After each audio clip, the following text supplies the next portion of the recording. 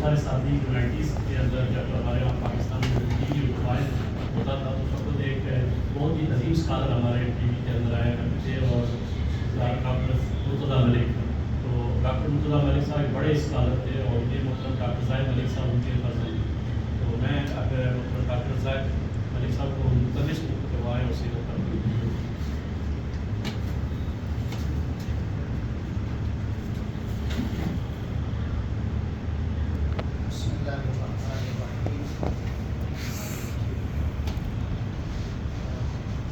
ہو سکے تو اس کو بند کر دیں, سائلنٹ پہ لگا دیں, اور جو حضرات بہت پیچھے بیٹھے ہیں وہ آگے آ جائیں, کرسیاں خالی پڑی ہیں.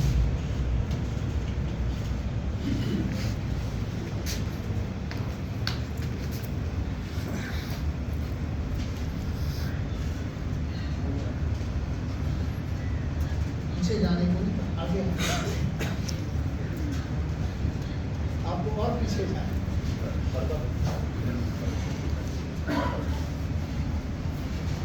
بچپن کی یاد دلاتی ہوں, کوشش کرتے تھے کلاس روم میں کسی سیٹوں میں جا کے بیٹھے تاکہ ٹیچر دیکھیں کہ آپ کیا کرتے ہیں.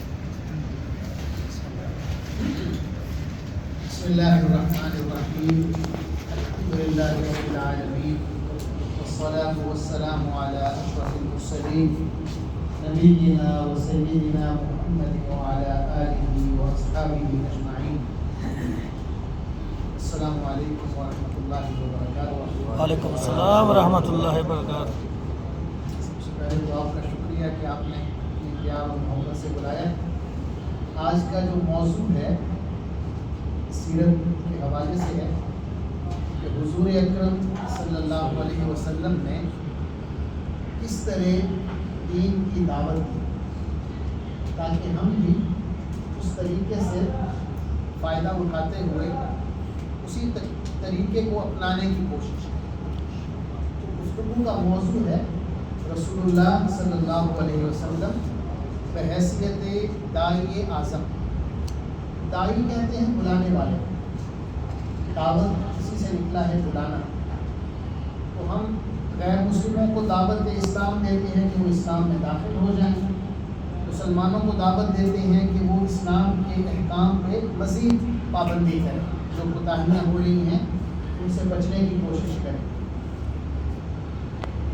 اللہ تعالیٰ نے دعوت کا جو کام ہے شروع میں انبیاء سے دیا.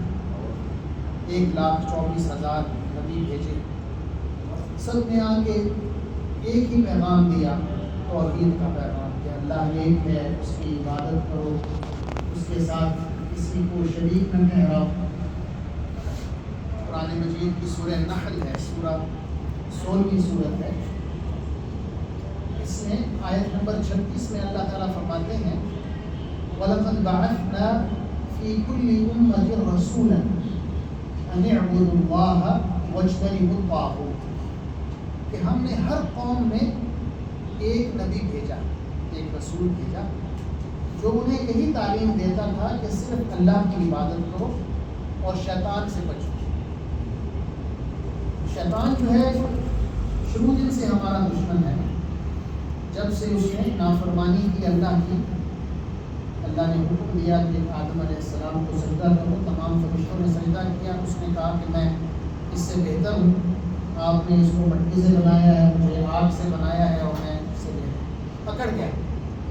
اور اللہ کو تکبر پسند نہیں, غرور پسند نہیں, اللہ کو جھکنا پسند ہے, عاجزی پسند ہے, بندگی پسند ہے. تو اللہ نے اس کو دھتکار دیا کہ یہاں سے دفع ہو جاؤ. اس نے اسی وقت ایک دعا کی, اس نے کہا یا اللہ مجھے قیامت تک مہلت دے دے, میں جو مرضی آئی کروں. اللہ نے کہا ٹھیک ہے تمہیں مہلت. تو پھر اس نے اللہ کو چیلنج کیا کہ جو تمہارے بندے ہوں گے میں ان پر حملہ آور ہوں گا, ان پر میں حملہ کروں گا. اور حملہ کرنے کا اس نے طریقہ بتایا, لَأُزَيِّنَنَّ لَهُمْ فِي الْأَرْضِ, کہ زمین میں برائیوں کو ان کے سامنے خوبصورت طریقے سے پیش کروں گا. وَلَأُغْوِيَنَّهُمْ أَجْمَعِينَ, ان سب کو میں بہکا دوں گا. وَلَا تَجِدُ أَكْثَرَهُمْ شَاكِرِينَ, ان میں سے اکثر کو تو اپنا شکر گزار نہیں پائے گا. تیری نعمتیں وہ انجوائے کریں گے، کھائیں گے، پئیں گے، شادیاں کریں گے، لیکن شکر ادا نہیں کریں، ہمیشہ شکایت ہی ہوگی زبان۔ تو اللہ نے 1,24,000 پیغمبر بھیجے۔ کیوں بھیجے؟ کہ آخرت میں اللہ کے سامنے ہم یہ بہانہ نہ بنا سکیں کہ یا اللہ ہم تک تو کوئی بندہ ہی نہیں آیا ہمیں سمجھانے بات، تیرا پیغام لے کے تو کوئی آیا ہی نہیں، ہم تو معذور ہیں، یہ ہماری معذرت ہے۔ سورہ نساء میں اللہ فرماتا ہے رسلا مبشرین ومنذرین لئلا یکون للناس علی اللہ حجۃ بعد الرسل، کہ یہ ہم نے رسول بھیجے ہیں خوشخبریاں دے کے، تنبیہ کرتے ہوئے، اللہ کے عذاب سے ڈراتے ہوئے، خبردار کرتے ہوئے، تاکہ ایسا نہ ہو کہ قیامت کے دن اللہ پر لوگوں کے پاس کوئی بہانہ رہ جائے۔ اب کیا ہوا؟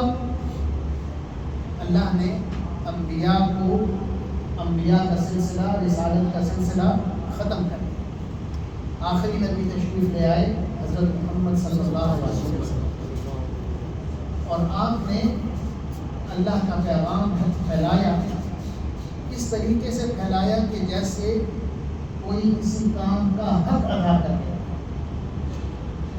حق ادا کر دینا جو ہے نا، یہ اس کی آخری کیا کہتے ہیں درجہ ہوتا ہے۔ اللہ نے 2-3 جگہوں پہ قرآن مجید میں فرمایا ہے کہ اللہ کی کتاب یوں پڑھو کہ پڑھنے کا حق ادا ہو جائے۔ اللہ نے مومنوں کی تعریف کی ہے، الذین آتیناہم الکتاب یتلونہ حق تلاوتہ، کہ یہ جو مومن ہیں یہ ایسے ہیں کہ ہم نے ان کو کتاب عطا کی ہے کہ اس کی ایسی تلاوت کرتے ہیں کہ حق ادا کر دیتے ہیں، دل خوش ہو جاتا ہے اس میں۔ یا سورہ آل عمران نے فرمایا یا ایھا الذین آمنوا اتقوا اللہ حق تقاتہ، اے اہل ایمان اللہ کا تقوی اختیار کرو، ایسا تقوی کہ اس کا حق ادا ہو جائے۔ سورہ حج کی آخری آیت میں فرمایا وجاہدوا فی اللہ حق جہادہ، اللہ کی راہ میں یوں جہاد کرو کہ جہاد کا حق ادا ہو جائے۔ کون فیصلہ کرے گا کہ حق ادا ہوا یا نہیں؟ جو حکم دے رہا ہے وہی فیصلہ کرے گا، وہ ہمارے دل کو جانتا ہے، ہماری نیتوں کو جانتا ہے۔ تو یہ جو آپ صلی اللہ علیہ وسلم نے دین کی دعوت کا کام کیا، آپ نے لوگوں سے پوچھا، جب آپ صلی اللہ علیہ وسلم نے حج کیا ہے، اس حج کو ہم حجۃ الوداع کہتے ہیں، کیونکہ لوگوں نے آپ کو الوداع کہا کہ لوگوں اپنے دین کے حج کے احکام مجھ سے سیکھ لو، کیونکہ اگلے سال میں تمہارے درمیان موجود نہیں ہوگا۔ اللہ نے آپ کو بتا دیا تھا کہ بس آپ کا مشن پورا ہو گیا ہے، اب آپ کو میں واپس بلانے لگا۔ تو لوگوں کو پوچھا، 1,40,000 صحابہ موجود ہیں آپ صلی اللہ علیہ وسلم کے سامنے، پوچھا کہ اے لوگوں کیا میں نے اللہ کا پیغام تم تک پہنچا دیا ہے؟ سب نے کہا کہ یا رسول اللہ آپ نے نہ صرف پہنچا دیا بلکہ حق ادا کر دیا، جو آپ پر امانت دی گئی تھی آپ کو اللہ کی طرف سے، وہ امانت آپ نے ادا کر۔ تو آپ نے فرمایا اللہم فاشہد، 3 دفعہ آپ نے کہا کہ اے اللہ یہ دیکھ لو کیا کہہ رہے ہیں، ان پر گواہ ہے میں نے حق ادا کر دیا ہے، پیغام ادا کر دیا۔ پھر آپ نے ان لوگوں پر ایک ذمہ داری لگائی، آپ نے فرمایا فَلْيُبَلِّغْ الشَّاهِدُ مِنْكُمْ الْغَائِبَ، اب تم میں سے ہر شخص پابند ہے جو یہاں پر موجود ہے کہ اس پیغام کو اس شخص تک پہنچائے جو یہاں پر موجود نہیں۔ ذمہ داری جو ہے ٹرانسفر ہو رہی ہے رسول اللہ سے صحابہ کرام کے کندھوں پر، اور پھر صحابہ کرام نے اس ذمہ داری کو احسن طریقے سے اٹھایا، اپنے آنے والی نسل تک یہ پورا پیغام پہنچایا، تابعین تک، پھر تابعین نے یہ پیغام پہنچایا، تبع تابعین تک، نسل در نسل چل رہا ہے، یہاں تک کہ ان کے طفیل ہم یہاں بیٹھے لا الہ الا اللہ محمد رسول اللہ یہ کلمہ پڑھ رہے ہیں اور اللہ کے نبی صلی اللہ علیہ وسلم کے امتی۔ اچھا اب یہ جو لفظ ہے امتی، اس کو بھی ہمیں سمجھنا چاہیے۔ امت کا جو لفظ ہے اس کے 2 مطلب، ایک امت وہ ہے جس نے رسول اللہ صلی اللہ علیہ وسلم کے پیغام کو سنا اور مان لیا، اسلام قبول کر لیا، اس کو کہتے ہیں امت اجابت، یعنی لبیک کہا آپ صلی اللہ علیہ وسلم کی دعوت کی، یا رسول اللہ آپ نے جو فرمایا سچ فرمایا، میں مسلمان ہوں۔ مسلمان وہی ہے نا جو کلمہ پڑھتا ہے، کلمہ کا یہی مطلب ہے، کلمہ میں دو میٹھے بول ہیں، پہلا بول کیا ہے؟ لا الہ الا اللہ، توحید ہے، کوئی ذات اس لائق ہی نہیں ہے کہ اس کی عبادت کی جائے سوائے اللہ کی، یہ لا الہ۔ دوسرا میٹھا بول کیا ہے؟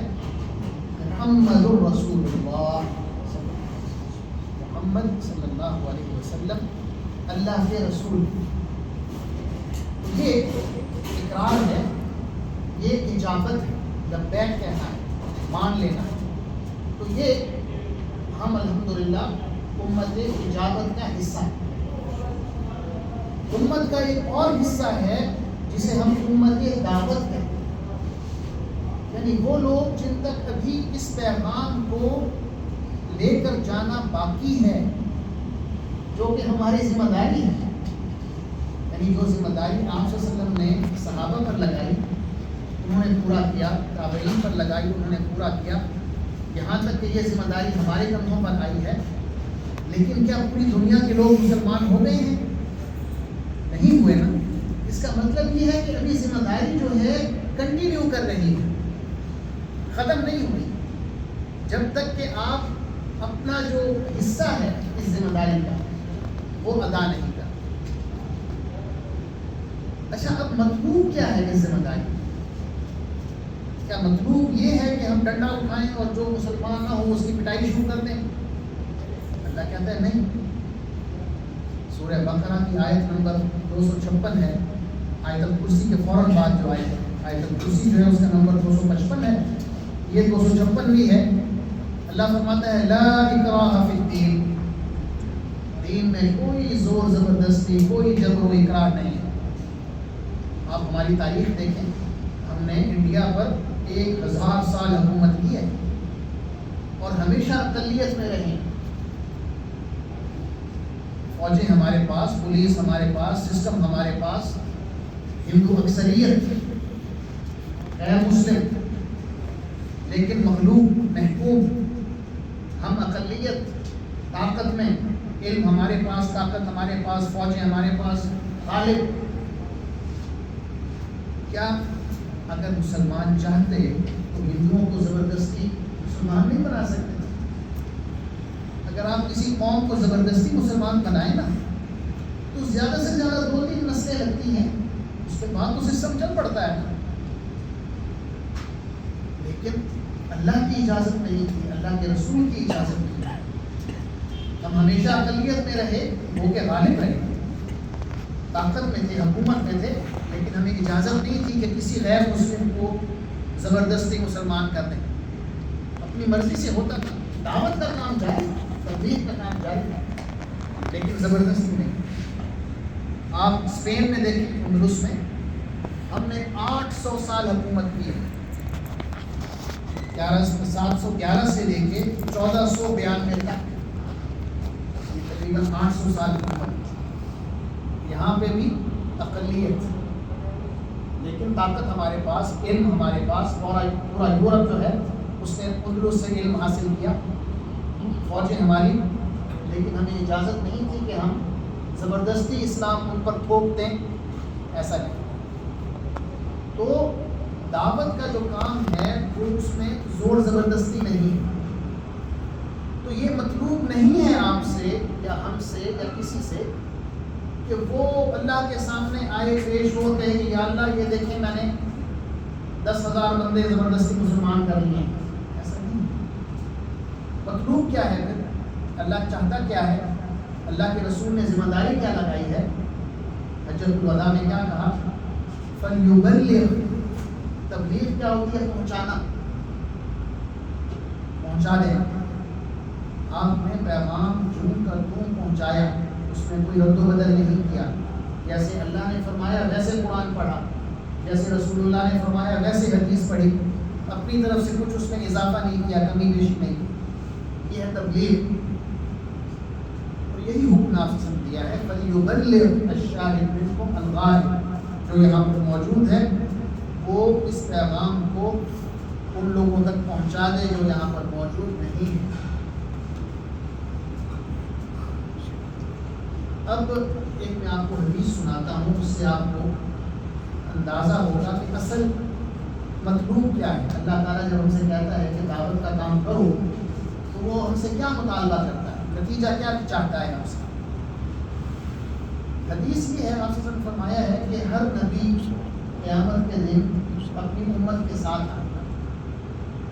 آپ نے فرمایا بعض انبیاء ہوں گے کہ ان کی امتیں بہت بڑی بڑی تعداد میں ہوں گے، لوگ ایک ہجوم چلا آ رہا ہے پیچھے امتیوں کا. پھر آپ نے فرمایا کہ بعض انبیاء ہوں گے کہ جن کی امت کے لوگ کم ہوں. ایک نبی ہے، ساتھ میں 100 بندے آ رہے ہیں. پھر آپ صلی اللہ علیہ وسلم نے فرمایا کہ بعض انبیاء ایسے ہوں گے کہ جن کی امتی بہت کم ہوں. نبی ہے، ساتھ میں 10 بندے ہیں جو ایمان لائے، باقی کوئی نہیں. اب دیکھیں نا، حضرت نوح علیہ السلام ہیں، کتنے سال انہوں نے تبلیغ کی؟ 950 سال. کتنے لوگ ایمان لائے؟ کوئی روایت میں 70 ہے، 75 ہے، یعنی کتنے لوگ ایک چھوٹی سی کشتی میں آ گئے. یہ 950 سال کی محنت کا نتیجہ. تو حضرت نوح علیہ السلام جب آئیں گے تو ان کے ساتھ ہی 70 بندے آ گئے ہوں گے، اور تو کوئی نہیں.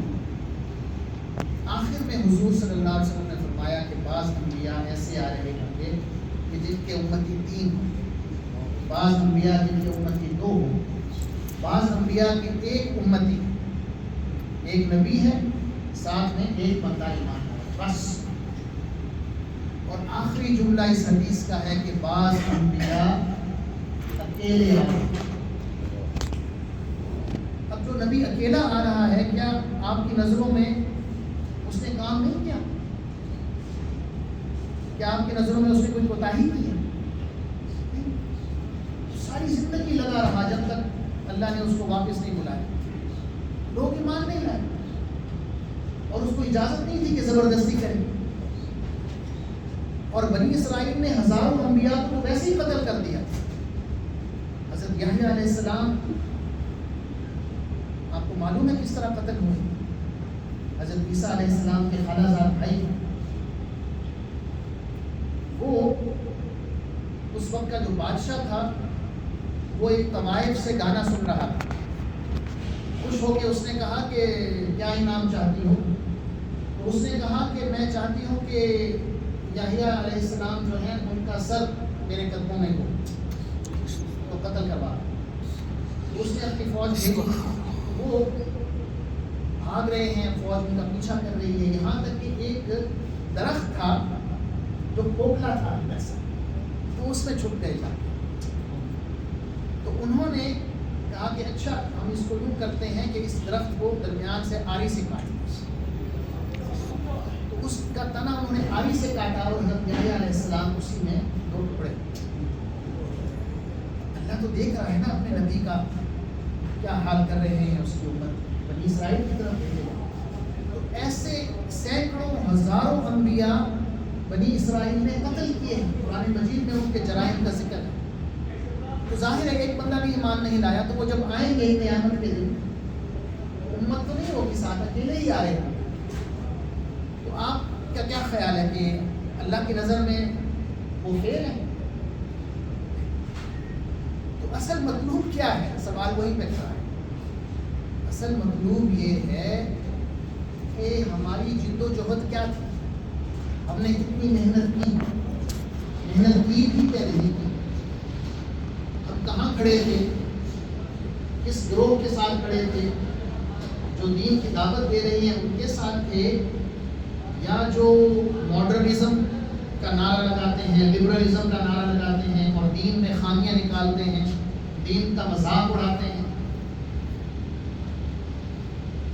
اور اللہ تعالیٰ نے ہمیں متنبہ کیا ہے، یا ایھا الذین آمنوا لا تتخذوا الذین اتخذوا دینکم ہزوا ولعبا من الذین اوتوا الکتاب من قبلکم والکفار اولیاء، کہ اہل ایمان وہ لوگ جو تمہارے دین کا مذاق اڑاتے ہیں، وہ یہودی ہوں، عیسائی ہوں یا کوئی اور کافر ہوں، تم کبھی انہیں اپنا دوست نہ بناؤ۔ میں یہ جو پوائنٹ بتانا چاہ رہا تھا ان احادیث کے ذکر سے، وہ یہ ہے کہ دعوت کا کام ہم پر فرض ہے، لیکن اس کا جو نتیجہ ہے اللہ نے اپنے ہاتھ میں رکھا ہے۔ ہم سے صرف جد و جہد مطلوب ہے، کوشش مطلوب ہے، محنت مطلوب ہے، اور اسی پر ہم گفتگو کریں گے کہ وہ محنت کیسے کرنی ہے، اس کے آداب کیا ہیں، رسول اللہ صلی اللہ علیہ وسلم نے وہ محنت کیسے کی، تاکہ ہم اسی کو کاپی کرنے کی کوشش کریں، اسی سے استفادہ کرنے کی کوشش کریں۔ سب سے پہلا جو اصول ہے وہ یہ ہے کہ دعوت دین کا مقصد کیا ہے، یہ ہمیں جاننا چاہیے۔ مقصد یہ ہے کہ اللہ تعالیٰ نے جس مقصد کے لیے ہمیں بنایا ہے، پیدا کیا ہے، اس مقصد کو حاصل کرنا۔ سورہ زاریات ہے، سورہ نمبر 51 ہے قرآن مجید، اس کی آیت نمبر 56 میں اللہ تعالیٰ فرماتے ہیں وَمَا خَلَقْتُ الْجِنَّ وَالْإِنسَ إِلَّا لِيَعْبُدُونِ، کہ میں نے انسانوں کو اور جنوں کو صرف اس لیے پیدا کیا ہے کہ وہ میری عبادت کریں۔ اب عبادت سے کیا مراد ہے؟ جب ہم عبادت کا لفظ ذہن آتا ہے تو ذہن میں فٹافٹ نماز آتی ہے، روزہ آتا ہے، حج آتا ہے، زکوٰۃ آتی ہے، لیکن یہ تو عبادت کی چند شکلیں ہیں، چند قسمیں ہیں۔ عبادت جو ہے اس سے زیادہ وسیع ہے۔ اگر آپ ایک نیتی سے کسی بھوکے کو کھانا کھلاتے ہیں تو یہ عبادت ہے یا نہیں ہے؟ اگر کسی پیاسے کو آپ پانی پلا دیتے ہیں تو یہ عبادت ہے یا نہیں ہے؟ اگر کوئی راستہ پوچھ رہا ہے آپ اس کو صحیح راستہ بتا دیتے ہیں، یہ عبادت ہے۔ حدیث میں آتا ہے کہ ایک خاتون تھی جو پیشہ ور تھی، یعنی اپنا جسم بیچتی تھی، اور وہ جا رہی تھی اسی کام کے لیے۔ راستے میں اس نے دیکھا کہ ایک کتا ہے پیاسا، اور وہ کیچڑ ہے اس میں منہ مار رہا ہے، تو ساتھ میں ایک کنواں بھی تھا۔ اس نے جوتے پہنے ہوئے تھے بڑے بڑے، جیسے فیشنیبل عورتیں پہنتی ہیں نا، تو وہ اس نے اپنا اتارا جوتا اور اس کو اس نے منہ میں پکڑا، دانتوں سے اس کنویں میں اتر گئی، اور پانی بھر کے وہ اسی طرح جوتے کو منہ میں پکڑا ہوا ہے، پانی سے بھرا ہوا ہے جوتا، اور باہر آئی اور اس پیاسے کتے کو پانی پلایا۔ حضور اکرم صلی اللہ علیہ وسلم نے فرمایا ہے کہ اللہ تعالیٰ کو اس کا یہ عمل پسند آیا اور اس نے اس کے سارے گناہ معاف کر دیے۔ اسی طرح ایک اور عورت کا ذکر آپ نے فرمایا کہ اس نے ایک بلی کو اپنے گھر میں بند کر دیا، وہ بھوک سے مر گئی، تو آپ اللہ تعالیٰ نے اس کے لیے جہنم واجب کر دی۔ تو یہ بتا رہا تھا میں کہ عبادت جو ہے اس کو آپ نماز روزے میں محدود نہیں کر سکتے، ایک وسیع چیز ہے۔ امام ابن تیمیہ ہے رحمۃ اللہ علیہ، عبادت کی تعریف کرتے ہیں، فرماتے ہیں کہ عبادت جو ہے ہر وہ عمل ہو سکتا ہے جو اللہ کو پسند آئے، جس سے اللہ راضی ہو۔ وہ آپ کی بات ہو سکتی ہے، آپ کا کام ہو سکتا ہے، وہ ظاہری بھی ہو سکتا ہے، وہ چھپا ہوا بھی ہو سکتا ہے۔ یعنی ایک وسیع تعریف ہے نا، کہ کوئی بھی بات ہے، کوئی بھی کام ہے جو آپ خلوص نیت سے کرتے ہیں، اللہ اس سے راضی ہوتا ہے، اس کو پسند کرتا ہے۔ وہ کام جو ہے آپ بات کے ذریعے کر رہے ہیں، گفتگو کر رہے ہیں اچھی، یا کسی کے کام آ رہے ہیں، ظاہری طور پہ کھلے عام یا پوشیدہ طور پر صدقہ کر رہے ہیں آپ، ظاہری کیا اس کا اجر ہے، خفیہ کیا اس کا اجر ہے، شاید زیادہ ہو۔ تو یہ دعوت کا مقصد ہے کہ اللہ تعالیٰ نے ہمیں جس لیے بنایا ہے اس مقصد کو حاصل کیا جائے۔ اب میں آتا ہوں ان آداب کی طرف جو ہمیں رسول اللہ صلی اللہ علیہ وسلم نے سکھائے، اور وہ آداب جو ہیں حضور اکرم صلی اللہ علیہ وسلم کی ذات میں سب سے زیادہ موجود ہیں۔ سب سے پہلا ادب کیا ہے؟ جب ہم دین کی دعوت دینے کے لیے تیار ہوتے ہیں، کمر کستے ہیں، تو سب سے پہلا ادب کیا ہونا چاہیے جو ہمیں اپنانا چاہیے؟ سب سے پہلا ادب خلوص نیت، کہ یہ کام یا اللہ میں تیری رضا کے لیے کر رہا ہوں، کوئی دکھلاوے کے لیے نہیں کر رہا، کسی مخلوق کو خوش کرنے کے لیے نہیں کر رہا، اللہ کو خوش کرنے کے لیے کر رہا، کیونکہ یہ اللہ کا حکم ہے، اللہ کے رسول کا حکم ہے۔ اللہ نے اپنے رسول صلی اللہ علیہ وسلم کو حکم دیا ہے، سورہ مائدہ میں ہے، یا ایھا الرسول بلغ ما انزل الیک من ربک، اے رسول صلی اللہ علیہ وسلم، جو اللہ نے آپ پر نازل کیا ہے یعنی قرآن مجید، اس کی آپ تبلیغ کریں، لوگوں کو بتائیں۔ اور آپ صلی اللہ علیہ وسلم نے صحابہ کی ذمہ داری لگائی، جیسے میں نے عرض کیا۔ تو یہ جو نیت کا معاملہ ہے یہ انسان اور اللہ کے درمیان ہوتا ہے۔ کوئی مخلوق آپ کا دل چیر کے نہیں دیکھ سکتی کہ آپ کی نیت کیسی ہے۔ تو یہ ایک بہت ہی پرسنل معاملہ ہوتا ہے آپ کے اور اللہ کے درمیان، تو اس پہ خصوصی توجہ دینی چاہیے۔ کوئی بھی آپ کام کریں، اور خاص طور پہ دعوت دین کا کام، یا اللہ یہ کام میں تیری خاطر کر رہا ہوں، تیری خوشنودی کے لیے، تیری رضا کے لیے۔ اور دعا بھی کرنی چاہیے کہ یا اللہ مجھے اس کام میں ریاکاری سے، دکھلاوے سے محفوظ کرنا۔ صحیح بخاری شریف کی پہلی حدیث ہے، اس میں آپ صلی اللہ علیہ وسلم نے فرمایا ہے، انما الاعمال بالنیات وانما لکل امرئ ما نویٰ، کہ اعمال کا دار و مدار نیتوں پر ہوتا ہے، یعنی آپ نے جو نیت کی ہے اسی کے مطابق آپ کو اجر ملے گا، عمل آپ کا جو بھی ہو۔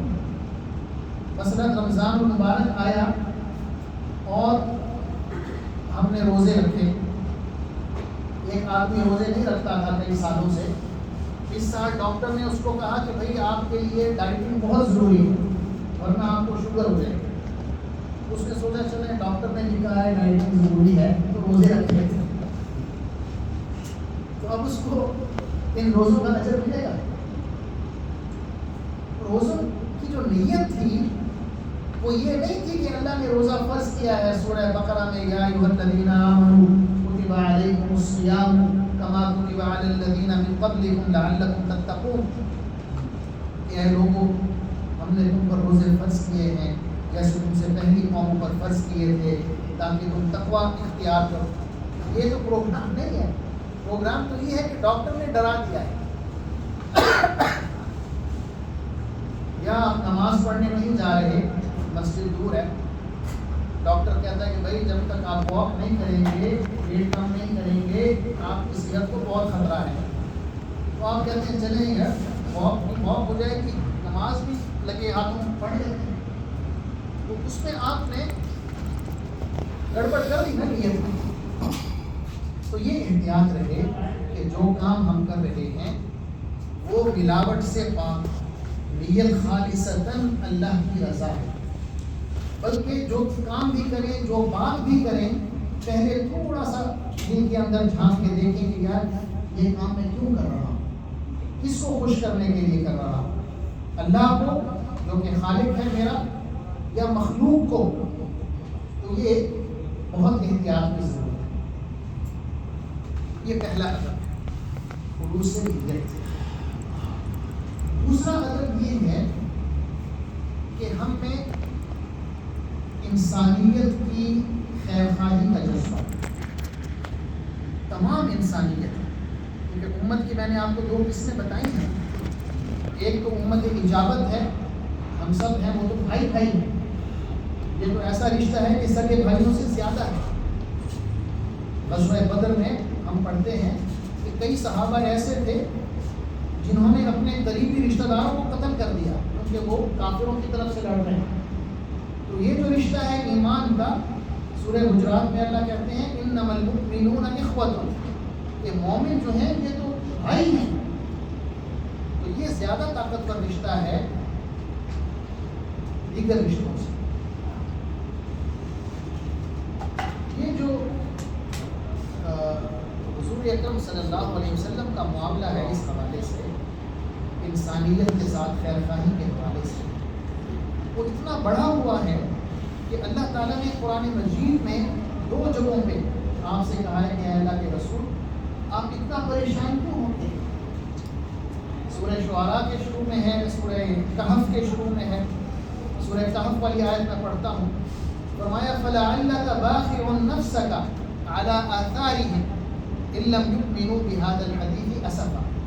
اے نبی صلی اللہ علیہ وسلم، یوں لگتا ہے کہ جیسے آپ اپنی جان کو بھول دیں گے اس غم میں کہ یہ لوگ اس کتاب پر ایمان نہیں لا رہے جو آپ پر نازل کی۔ یعنی آپ صلی اللہ علیہ وسلم ایک غم کی کیفیت میں رہتے تھے، پریشانی کی کیفیت میں کہ یہ لوگ جو ہیں کہاں بھٹکے جا رہے ہیں، یہ جہنم کا ایندھن بن جائیں گے، یہ جہنم میں چلے جائیں گے، اور جب میں اللہ کے رسول ان کے درمیان موجود ہوں یہ میری بات کیوں نہیں سن رہے۔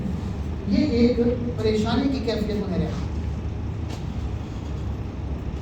مسلمانوں کے ساتھ جو آپ صلی اللہ علیہ وسلم کی شفقت تھی، محبت تھی، اس کی اللہ نے گواہی دی ہے۔ سورہ توبہ کے آخر میں فرمایا لَقَدْ جَاءَكُمْ رَسُولٌ مِّنْ أَنفُسِكُمْ عَزِيزٌ عَلَيْهِ مَا عَنِتُّمْ حَرِيصٌ عَلَيْكُمْ بِالْمُؤْمِنِينَ رَءُوفٌ رَحِيمٌ۔ کہ اے اہل ایمان، تم میں سے تمہارے درمیان ایک رسول آئے ہیں اور وہ ایسے ہیں کہ تمہارا کسی مصیبت میں پڑ جانا، کسی مشقت میں پڑ جانا انہیں بہت گراں گزرتا ہے، اور جو تم میں اہل ایمان ہیں ان کے لیے تو وہ بہت رحم دل، رؤوف رحیم ہے۔ تو آپ صلی اللہ علیہ وسلم تمام انسانیت کے لیے ایک خیر خواہی کا جذبہ رکھتے تھے کہ اللہ تعالیٰ انہیں ہدایت عطا فرمائے اور وہ اسلام میں داخل ہو۔ 2 ادب ہو گئے، پہلا خلوص نیت اور دوسرا تمام انسانیت کے لیے خیر خواہی کا جذبہ کہ اللہ انہیں ہدایت۔ تیسرا جو ادب ہے وہ ہے دین کا بنیادی علم حاصل کرنا۔ یعنی جب ہمارے نبی صلی اللہ علیہ وسلم نے فرمایا طلب العلم فریضۃ علی کل مسلم، کہ علم حاصل کرنا ہر مسلمان پر فرض ہے، تو حضور صلی اللہ علیہ وسلم کس علم کی بات کر رہے ہیں اس حدیث میں؟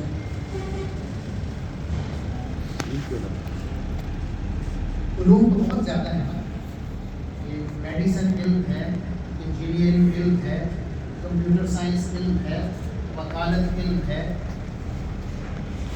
بہت سے علوم ہیں، لیکن جب آپ صلی اللہ علیہ وسلم نے فرمایا ہے کہ علم حاصل کرنا ہر مسلمان پر فرض ہے، تو کس علم کی بات ہے؟ تمام علماء متفق ہیں اس بات پہ کہ حضور صلی اللہ علیہ وسلم نے شریعت کے علم کی بات کی، کیونکہ علماء لکھتے ہیں کہ اگر رسول اللہ صلی اللہ علیہ وسلم کسی اور علم کی بات کرتے تو اس کا حاصل کرنا ہم پر مشکل ہو جاتا۔ یعنی آپ فرض کریں، ذہن میں یہ بات لائیں کہ اگر اللہ کا رسول صلی اللہ علیہ وسلم ہم سے یہ مطالبہ کرتے کہ تمام امت پر لازم ہے کہ وہ ڈاکٹر بنے، کیا یہ ممکن؟ اس کی مثال میں آپ کو دیتا ہوں۔ آپ صلی اللہ علیہ وسلم نے ایک دفعہ فرمایا کہ اے لوگوں، اللہ نے تم پر حج فرض کیا ہے، لہٰذا حج کیا کرو۔ ایک صحابی کھڑے ہوئے، انہوں نے کہا کہ یا رسول اللہ کیا ہم ہر سال حج کیا کریں؟ آپ صلی اللہ علیہ وسلم خاموش ہیں۔ آپ نے پھر یہی فرمایا کہ اللہ نے تم پر حج فرض کیا ہے، لہٰذا تم حج کیا کرو۔ وہ صاحب پھر کھڑے ہو گئے، یا رسول اللہ ہر سال حج کیا کریں؟ آپ پھر خاموش۔ تیسری دفعہ کہا اس شخص نے، تیسری دفعہ یہی پوچھا۔ آپ نے فرمایا کہ اگر میں کہوں کہ ہاں ہر سال حج کیا کرو تو یہ میری بات تم پر فرض ہو جائے گی اور تم نہیں کر پاؤ گے اور اللہ کے سامنے گنہگار ہو گے، لہٰذا جو باتیں تم سے نہیں کی جا رہی اس کی یہ وجہ نہیں ہے کہ اللہ یہ بات کرنا بھول گیا ہے، نعوذ باللہ، اس کی وجہ یہ ہے کہ اللہ تمہارے ساتھ رحم کرنا چاہ رہا ہے، تمہارے لیے آسانی پیدا کرنا چاہ رہا ہے۔ تو وہ باتیں نہ پوچھو کہ جس کا جواب مل جائے تو تم اس مشکل میں پڑ جاؤ۔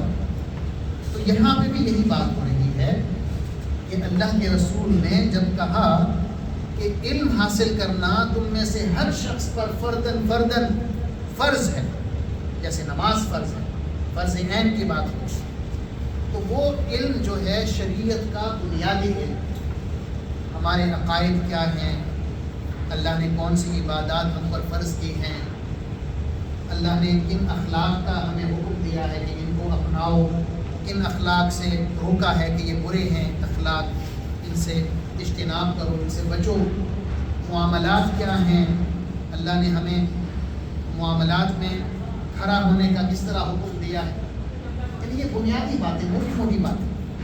ایک تو وہ طلبہ ہوتے ہیں نا جو دینی مدارس میں جاتے ہیں، 8 سال 10 سال رہتے ہیں، علماء، وہ اپنی جگہ درست ہے، لیکن ایک عام دیہاتی ہے یا ایک ڈاکٹر ہے یا ایک انجینئر ہے، کیا اس پہ لازم نہیں ہے کہ وہ اپنے دین کا علم حاصل کرے؟ کیونکہ یہ حدیث تو امت کے تمام لوگوں کو کہہ رہی ہے، کل مسلم کا بات ہو رہی ہے نا، طلب العلم فریضۃ، علم کا حاصل کرنا فریضۃ، فرض ہے، علی کل مسلم، اس میں کوئی استثناء نہیں ہے، کسی کو چھوڑا نہیں ہے اس میں۔ تو ہم میں سے ہر شخص پر ایک ایک کر کے فردن یہ فرض ہے کہ ہم شریعت کا بنیادی علم حاصل کریں۔ اور ایک دلچسپ بات آپ کو بتاؤں کہ جب تک ہمارے پاس شریعت کا علم نہ ہو اس وقت تک ہمارا ایمان بھی پختہ نہیں ہو سکتا، کیونکہ ایمان کی جو بنیاد ہے وہ علم ہوتا ہے۔ سورہ محمد ہے صلی اللہ علیہ وسلم، قرآن مجید کی 47ویں سورت ہے، اس میں اللہ تعالیٰ فرماتے ہیں فَاعْلَمْ أَنَّهُ لَا إِلَٰهَ إِلَّا اللَّهُ، آپ کو اس بات کا علم ہونا چاہیے کہ اللہ کے سوا کوئی ذات ایسی نہیں ہے جو عبادت کے لائق۔ تو علم پہلے آ رہا ہے، کلمہ بعد میں آ رہا ہے، کیونکہ ایمان کی کوئی بنیاد ہوتی ہے نا۔ اگر مجھے علم ہو کہ اس مائک میں کرنٹ ہے تو کیا میں اس کو چھوؤں گا؟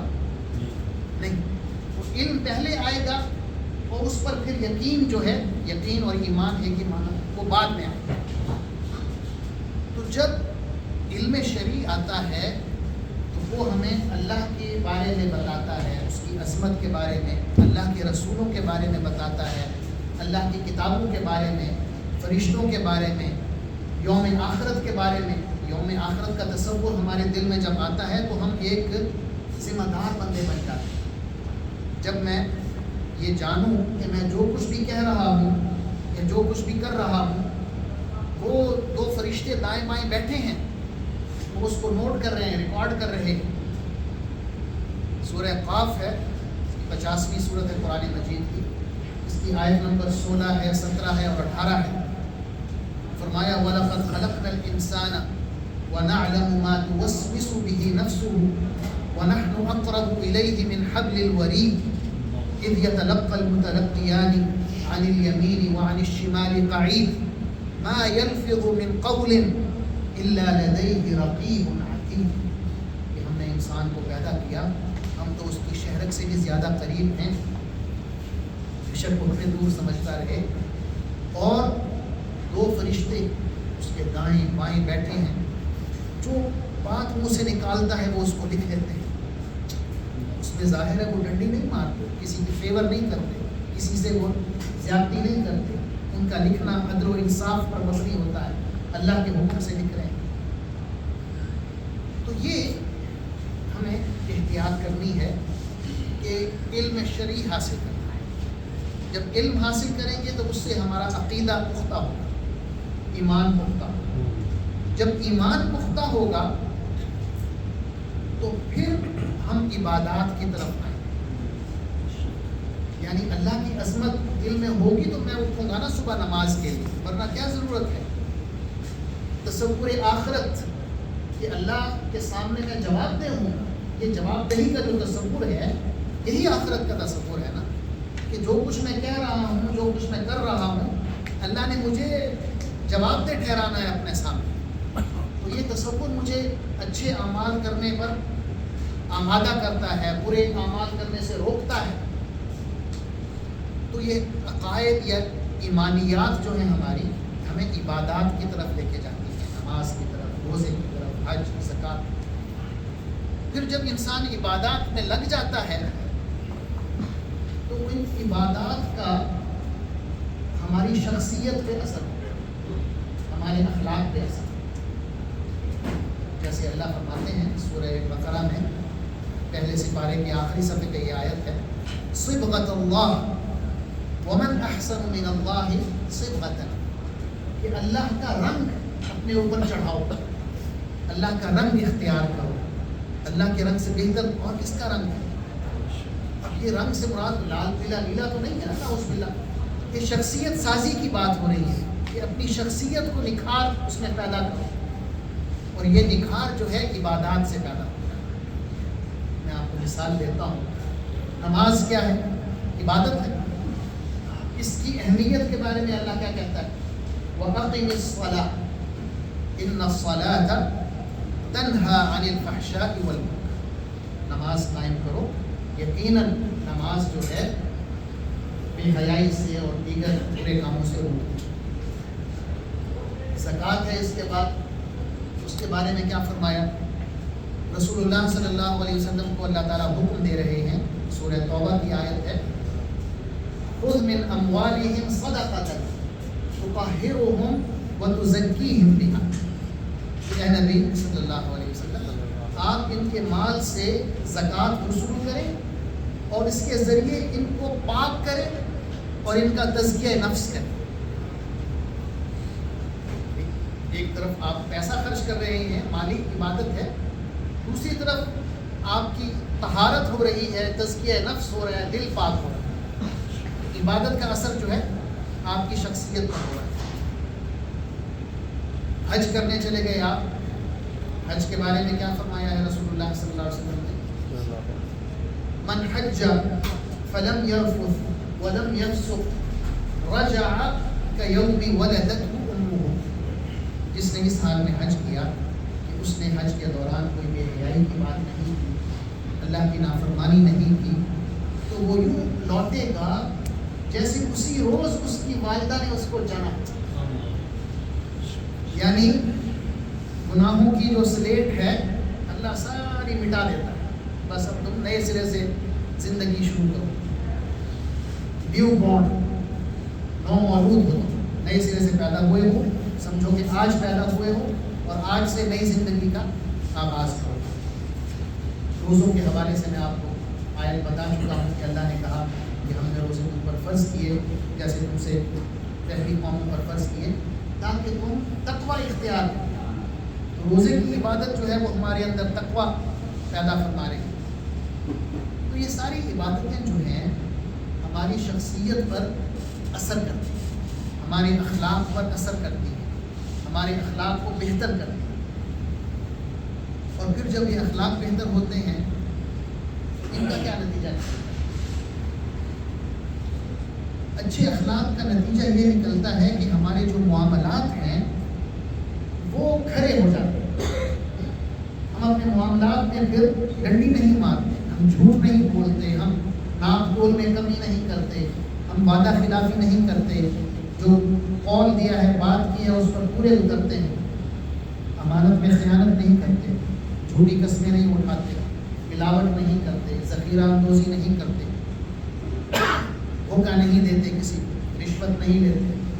تو یہ جو آخری سٹیج ہے معاملات میں کھڑا ہونا، یہ اصل مومن کی پروڈکٹ ہے.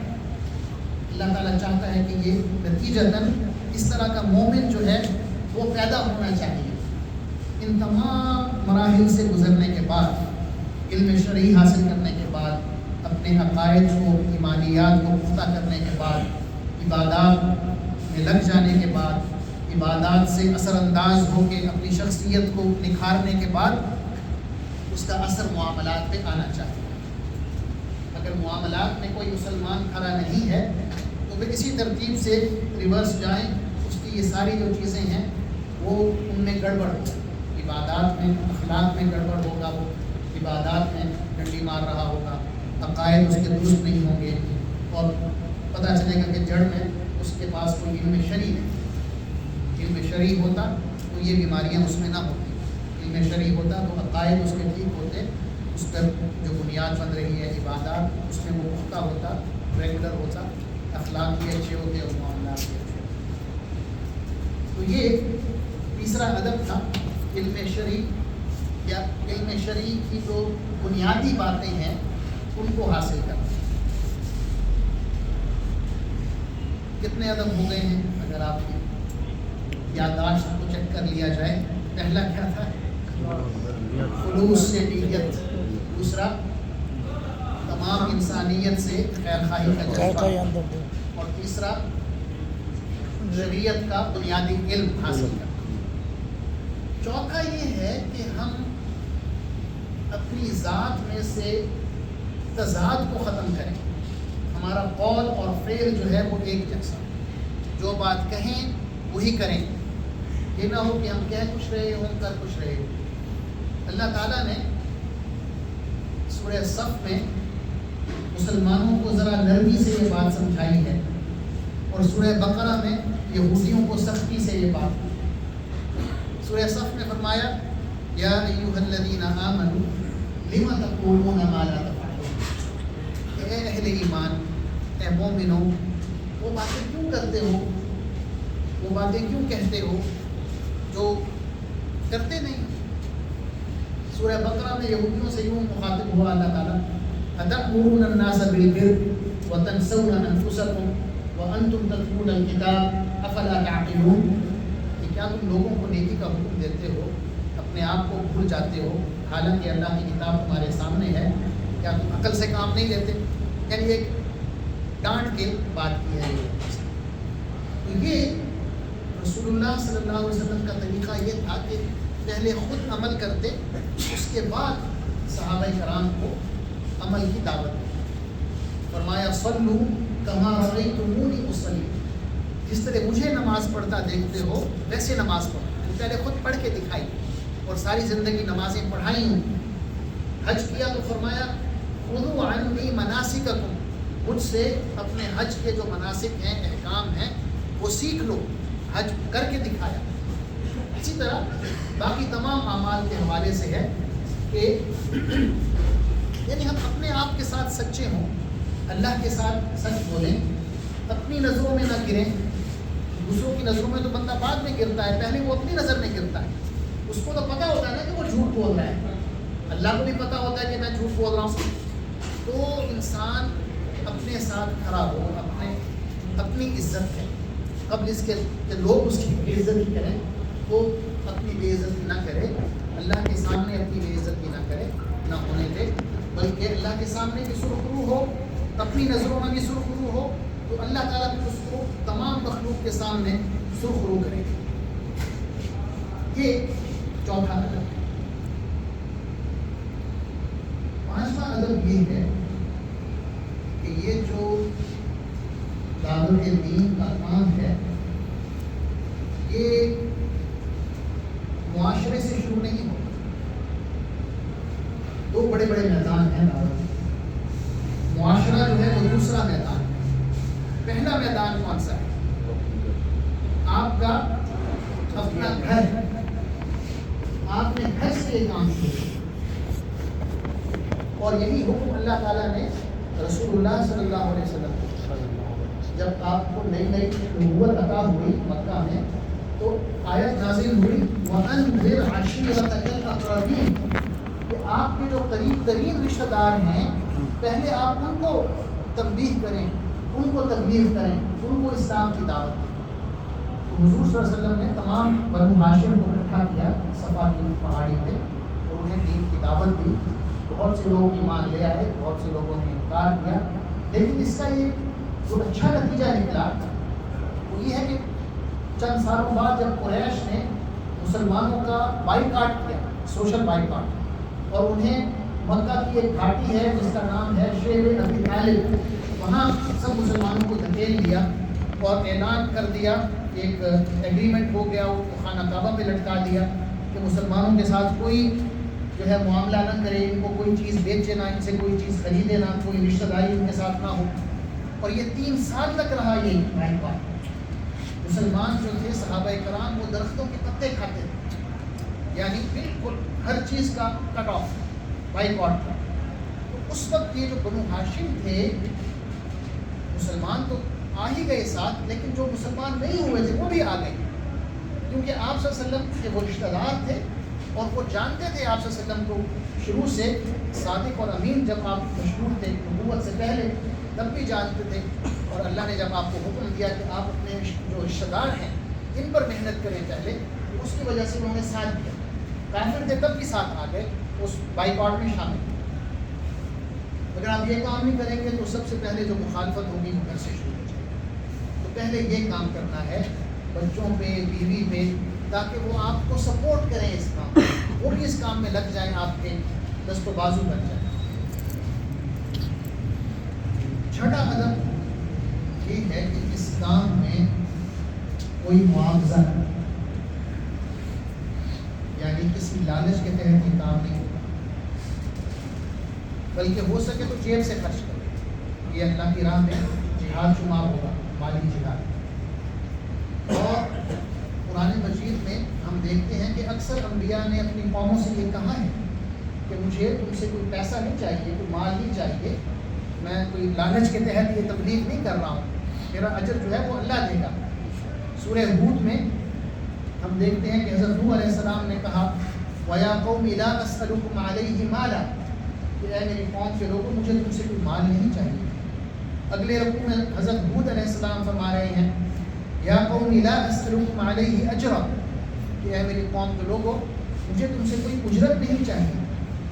یعنی یہ خالصتاً اللہ کے لیے اگر آپ کام کریں گے تو اس میں یہ ملاوٹ نہیں ہونی چاہیے، کوئی لالچ نہیں ہونی چاہیے، بلکہ ہو سکے تو اپنی طرف سے خرچ کریں۔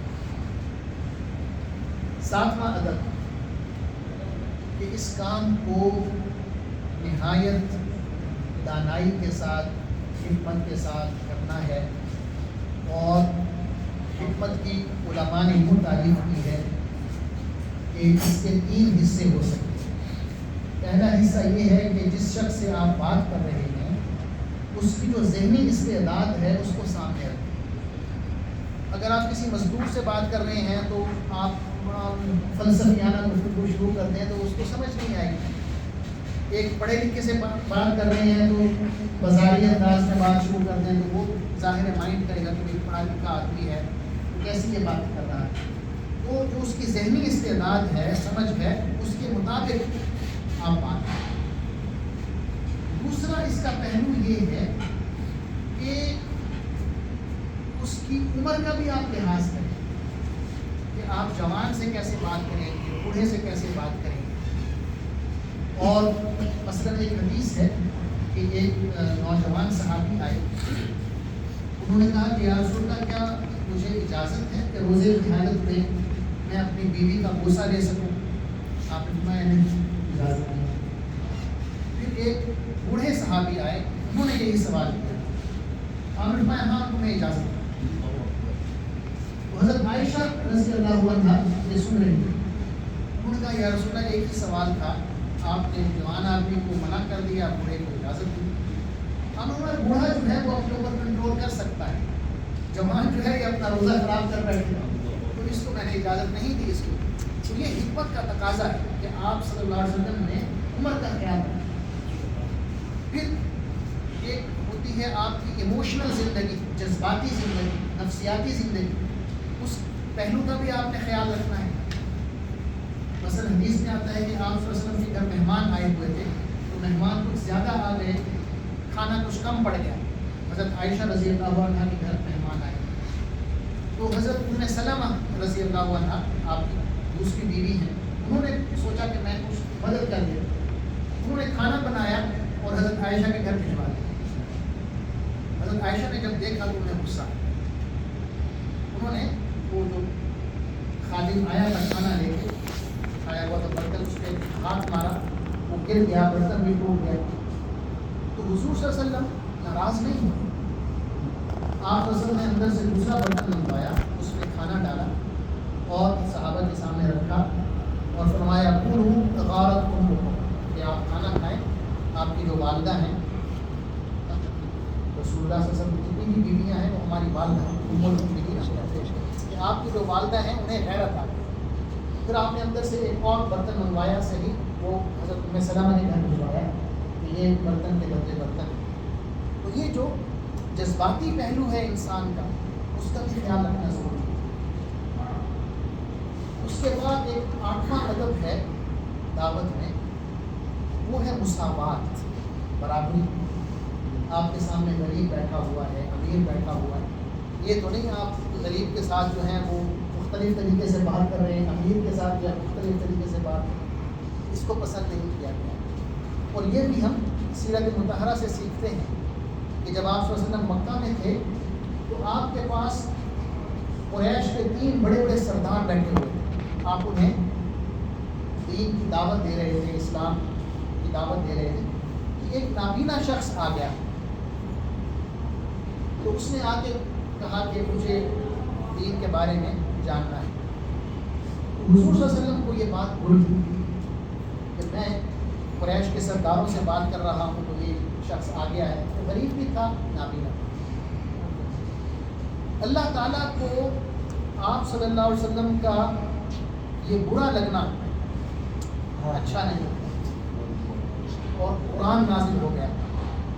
پتہ ہے کون سی صورت تھی؟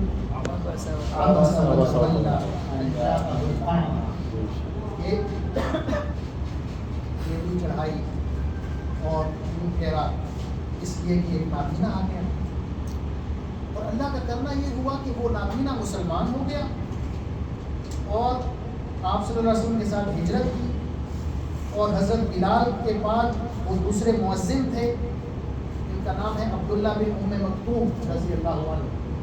تو یہ دونوں مؤذن تھے، حضرت بلال بھی مؤذن تھے، حضرت عبداللہ بن ام مکتوم بھی مؤذن تھے، اور دونوں اذان دیتے تھے ہر نماز میں۔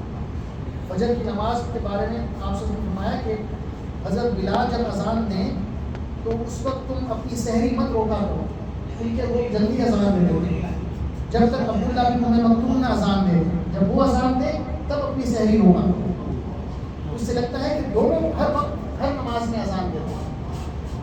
اور یہ جو 3 سردار تھے جنہیں حضور صلی اللہ علیہ وسلم اہمیت دے رہے تھے اپنی تبلیغ میں، یہ تینوں کے تینوں غزوہ بدر میں قتل ہو گئے، اور ان کی لاشوں کو اٹھا کے ایک کنویں میں پھینک دیا گیا۔ تو یہ ایک بہت بڑا ادب ہے جو ہم سیرت مطہرہ سے سیکھتے ہیں کہ تبلیغ میں آپ نے مساوات کرنی ہے، کوئی فرق نہیں کرنا جو آپ کے سامنے بیٹھے ہیں۔ 9واں ادب کہ تبلیغ میں آپ نے وہ پیغام سب سے اہم دینا ہے جو اہم ترین ہے، اور اس کے بعد وہ جو کم اہمیت، اس کے بعد وہ جو کم اہم، یعنی ترجیح جو ہے اس حساب سے۔ اور اس کی جو مثال ہم دیتے ہیں وہ یہ ہے کہ جب رسول اللہ صلی اللہ علیہ وسلم نے حضرت معاذ بن جبل کو یمن بھیجا تو فرمایا کہ اے معاذ، یمن میں تمہیں یہودی اور عیسائی ملیں گے، تو سب سے پہلا جو تم نے کام کرنا ہے وہ یہ ہے کہ لوگوں کو اللہ کی توحید کی طرف بلانا ہے، کلمہ طیبہ کی طرف بلانا ہے۔ اگر وہ توحید پر آ جائیں، کلمہ پڑھ لیں، اسلام میں داخل ہو جائیں، تو پھر تم ان کو یہ بتانا کہ اللہ نے 24 گھنٹے میں یا دن اور رات میں تم پر 5 نمازیں فرض کی۔ اگر نمازیں پڑھنے لگ جائیں تو پھر ان کو یہ بتانا کہ اللہ نے تمہارے اندر وہ لوگ جو امیر ہیں ان کے مالوں میں غریب کا بھی حصہ رکھا ہے، تمہارے مالوں میں سے وہ لیا جائے گا اور غریب کو لوٹا دیا جائے گا، گویا کہ وہ ان کا حق تھا۔ تو یہ اہمیت، پہلے کلمہ طیبہ آ رہا ہے، توحید آ رہی ہے، پھر نماز آ رہی ہے، پھر زکوٰۃ۔ تو یہ 9واں ادب ہو گیا۔ 10واں ادب ہے صبر و استقامت، کہ یہ جو کام ہے اتنا آسان نہیں ہے جتنا نظر آتا ہے، اس کے لیے آپ کو اپنے آرام میں بھی خلل ڈالنا ہوگا، اس میں آپ کو لوگوں کی باتیں بھی سننی ہوں گی کہ کل تک تو تم ہمارے جیسے تھے، آج تم بڑے مولوی بن گئے ہو، تو صحابہ کرام بھی سنتے تھے، کیونکہ پہلے تو وہ مسلمان نہیں تھے، پھر ایک سٹیج آیا کہ وہ مسلمان ہوئے، پھر ایک سٹیج آیا کہ وہ دین کی دعوت میں لگ گئے، تو ان کو تانے پڑتے تو وہ برداشت کرتے۔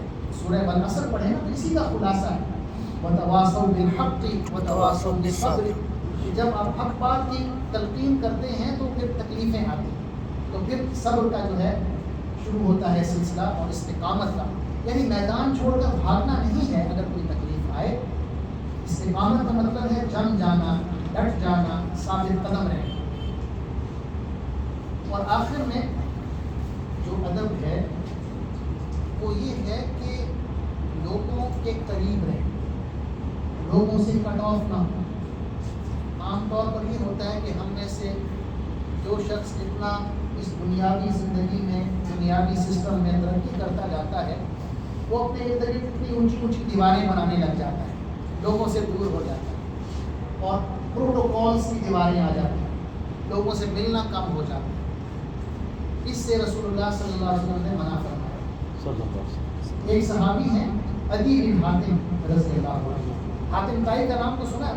صحیح، حاتم طائی آپ صلی اللہ علیہ وسلم کی نبوت سے تھوڑا عرصہ پہلے فوت ہوا، یہ ان کا بیٹا ہے عدی بن حاتم، صحابی ہے رضی اللہ عنہ۔ یہ عیسائی تھے، مسلمان ہو گئے، اور تقریباً یہ 9 ہجری کا ہے قصہ، آپ صلی اللہ علیہ وسلم کی وصال سے سوا سال پہلے۔ تو مدینہ آتے ہیں، آپ صلی اللہ علیہ وسلم کے ساتھ نماز پڑھتے ہیں، اور پروگرام یہ تھا کہ آپ صلی اللہ علیہ وسلم نماز کے بعد اس کو اپنے گھر لے جائیں گے اور کھانا کھلائیں گے۔ تو مسجد سے نکل رہے ہیں تو ایک بڑھیا آپ صلی اللہ علیہ وسلم کو روک لیتی ہے کسی کام سے۔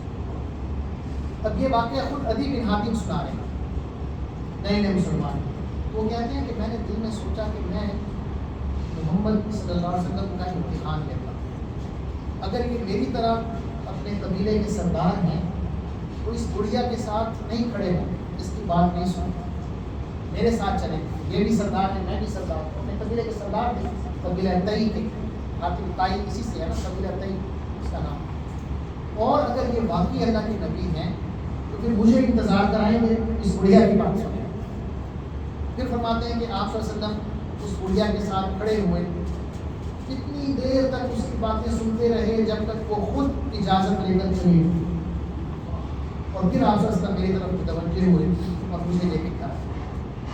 تو یہ ذہن میں رہے کہ ہماری اہمیت جو ہے وہ دنیاوی ترقی سے نہیں، ہماری اہمیت اللہ کا کام کرنے سے۔ جب تک ہم اللہ کا کام کریں گے ہم اس کی نظر میں اہم ہوں گے، ورنہ ہماری کوئی حیثیت نہیں ہے اللہ کی نظر میں، کوئی حکم نہیں۔